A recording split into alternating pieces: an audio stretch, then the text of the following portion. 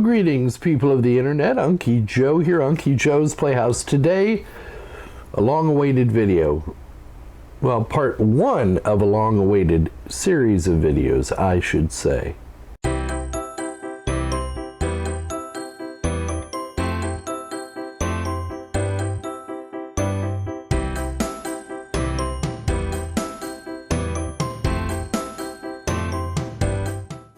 So I am speaking, of course, of the Synology series of videos. Yes, the day has finally arrived where I'm going to show you how I use Synology to replace my Office 365 suite. And we're going to do it in stages. And today, what we're going to talk about is replacing Windows OneDrive. It just seems to always be getting in the way for me, right?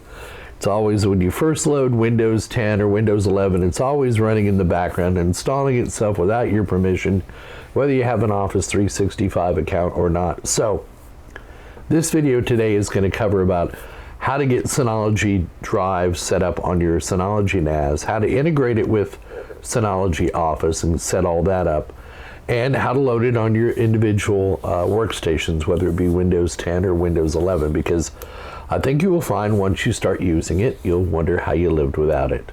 So this is also the first video in a series of Synology videos that I've got coming out. I've been planning them in my head for a long time, and I've finally put pen to paper and written down some various scenarios I'd like to set up with Synology, and one of those is what we're going to be talking about today.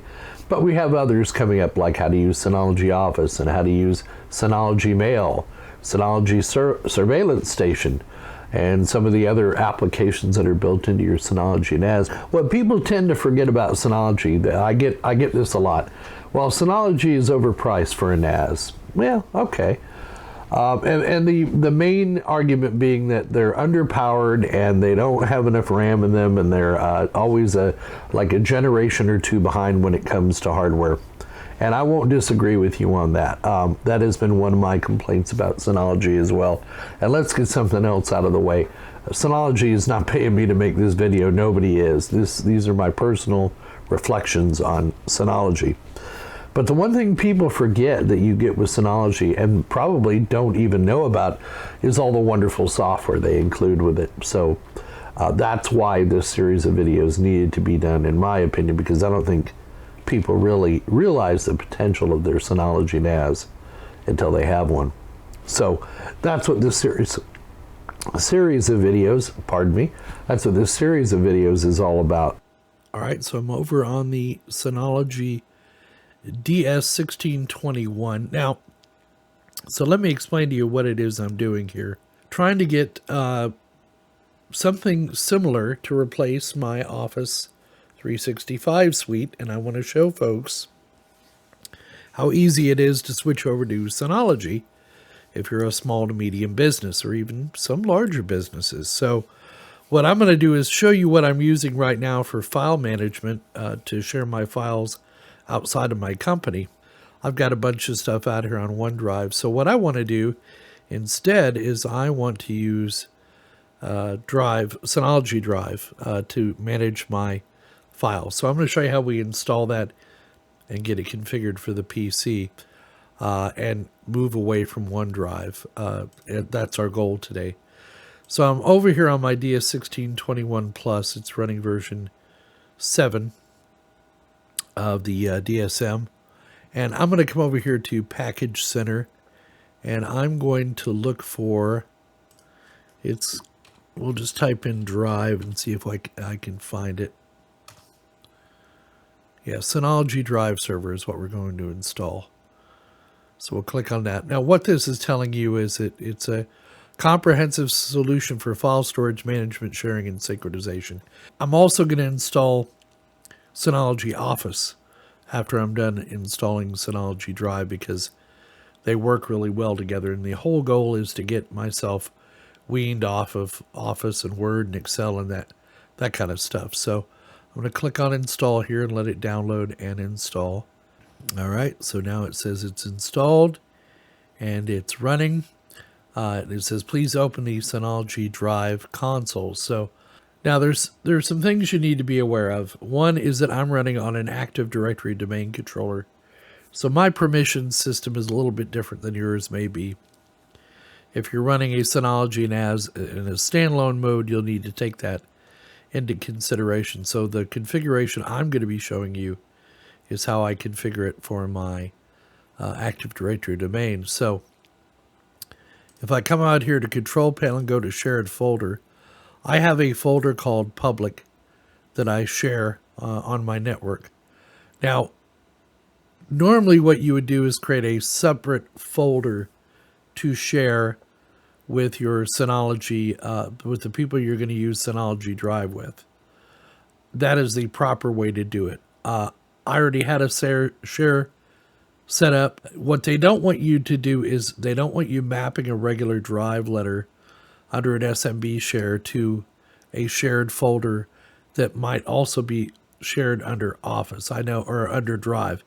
It sounds a little convoluted, but I'm going to show you what I'm talking about here in a minute. If we come over here to Synology Drive Admin Console, it asks me, do you want to refresh the web page because there have been security enhancements? I'm going to tell it, oh, sure. I'll probably need to run it again. And then the Synology Drives suite it welcomes you to. Click Next. And then it's telling you what more you can accomplish with Synology Office. So after we're done here, we'll go to Synology Office and install that as well. And then please enable your team folders, okay? And it even warns you here. It says the above folders are available in your DSM. To access these items in Synology Drive, please enable them as a team folder first. So right now, I don't have any folders enabled as teams. But what I'm going to do is come under Public. And I'm going to, because those are the files there that I want to share on Synology Drive, and I'm going to click on Enable. Synology Drive enables you to do something called versioning. So you can have different versions of files out there. You can tell it how long to keep them. You can turn on something called IntelliVersioning, which determines which versions are more important and rotates the versions, or you could just rotate them on a regular schedule. And it says system will automatically delete extra versions when exceeding 8 versions. So I'm just going to click on OK and accept the defaults.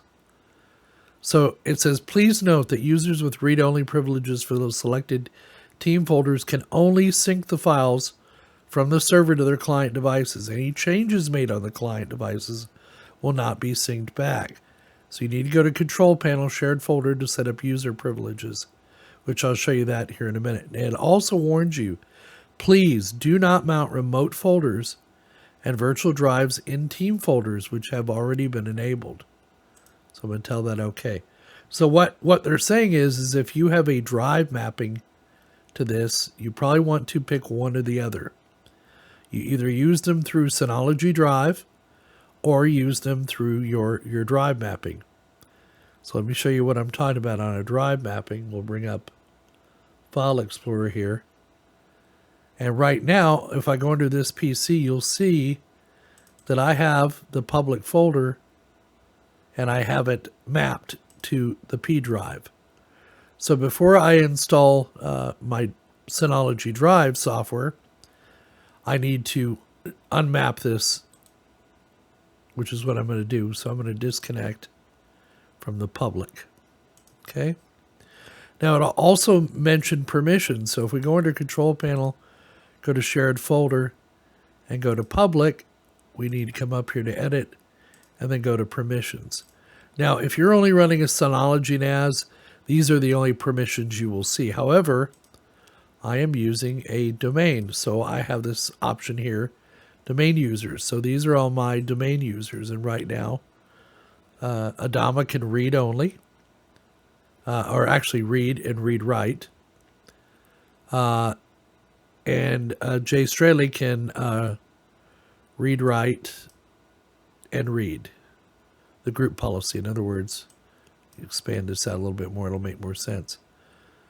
So right now, I can read, write, and the group only has read only. And you notice I've given these two users under domain users special privileges. So everybody else, if they had Synology Drive loaded on their computer, which we'll do next, they would only be able to read only on that. So I'm going to cancel because I haven't made any changes. So come up here to overview. It'll tell us how many clients are connected, the name of the clients. We've got a complete log file here. If we look up here, it says Synology Drive is indexing files, and that's fine. So what we want to do now is install the Synology Drive client on my machine here. All right, so I'm back on my machine here, and I believe I have a folder for Synology. And what you should do is go and download the most recent version from Synology. I have version 3.0.0 or dash 12663 is the one I'm going to use. So I'm going to just double click on it here. Click on Run. And follow the prompts to install. Some of those you'll see, some you won't. And then I'm going to have it run Synology Drive client. I'm going to click on Finish. So now the Drive client should come up, as you can see here, and we're going to go ahead and start now. So I want to put the IP address of the NAS that I want to connect to. So it's 192.168.5.3. And my username and my super secret password. And we do want to enable SSL. It's probably going to give us an error about the certificate. That's fine. We're going to proceed anyway. One of these days I'll figure out how to fix that. And what I'm going to do is a sync task. So I'm going to do next. And folder to sync from your NAS. I'm going to change that. I'm going to go to the public team folder. And I'm going to enable on-demand sync. It's going to save it under this folder on my computer. We can click on advanced and we can tell it which folders and or files to sync. And also the sync direction, so whether it's a two-way sync or it's download only or upload only. And enable on-demand sync to save disk space. There it is again. And if you want to learn more, you can learn more there as well. And then enable advanced consistency check. So I'm just going to cancel on that, come back and click on Done. It's applying the changes. And then click on Next here. Next here, it's just telling us about the share and managed versions. And now we should be able to open the folder. And there it is. There's Synology Drive. Got some pictures out here, some camera roll, got some screenshots, etc. So it's doing its job, and it is taking the place of OneDrive. Now the next thing I want to install is Synology Office. So I'm going to come up to the Package Center, and I'm going to just type in our Office. Not Oofus, but Office. And then we should see Synology Office. So this is going to tell you what all it is, some information about it, compatibility notes, important notes, etc. We're going to go ahead and click on Install. Now keep in mind I have some of the, like I've already got PHP and Node.js installed on here. And you also notice it needs Synology Drive server as well in order to function correctly. Because all this is tied in together. So basically you have a word processor, a spreadsheet, and a slideshow presentation software. Now, Synology Mail is a different class. It's not included as part of Synology Office.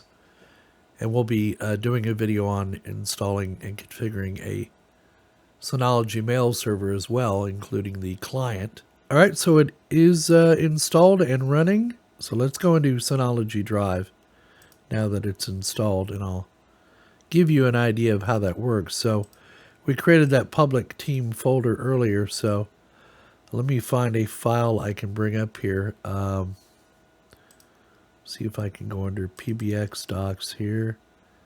There's a fix for a MySQL error on PBX. So if I double click on it, it says no preview available. But if I click open, so in order to make any changes to this file, I would need to import it to Synology Office. So I'm just going to do that just to show you. So now the file becomes editable and savable, etc. Now all I'm going to do is close it, PBX docs, and there you go. But as you can see, it created a separate file once we imported it into Synology Drive and Synology Office. And then I can right-click on that and I can label it, I could get version history, encrypt it, make a copy, download, delete, preview, so I can actually preview the file. But it hasn't touched my initial Word file.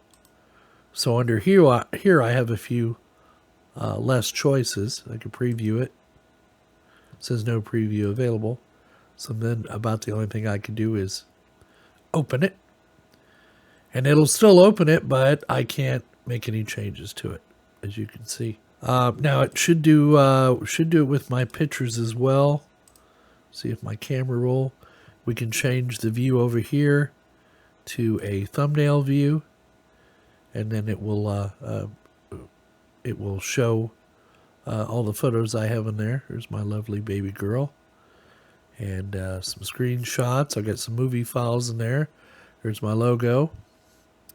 So yeah, there you go. So that's how you install the Synology Drive software on the Synology NAS, and how you do it and how you install the client on a Windows 10 machine. Now, we'll be going into some more detail on using the Synology Drive client, but I want to switch over here to my Windows 11 machine. This is the unit that we updated from Windows 10 to Windows 11, and I want to see if it works on here as well. So bear with me as I turn my back to the camera. I don't mean to be rude, but I just want to see if I can get this loaded on here. So I'm going to go to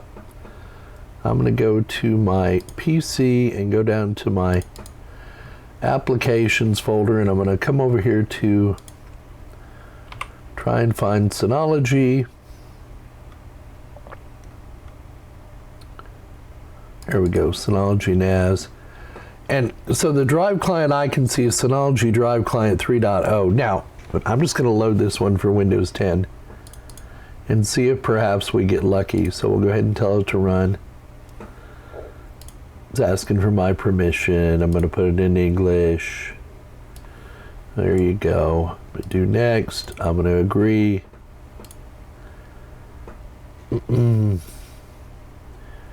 And then it's asking me if I want to finish and run it. So I'm going to tell it finish and run. Okay, it looks like it's coming up. I'm going to go ahead and start now. So I could just put the DS1621 in there. Let's try that. And then I'm going to log on as me.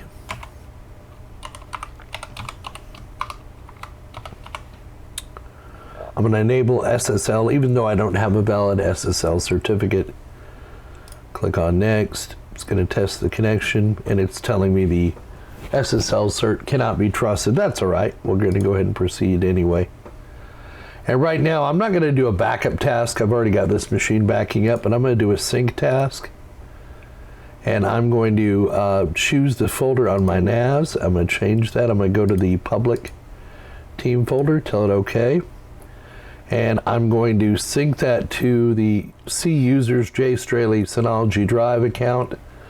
I'm going to enable on-demand sync to save space on your computer. So what on-demand is as you use a file off of that share, off of that Synology Drive, we shouldn't call it a share, it will then keep that file synchronized between your computer and the Synology NAS.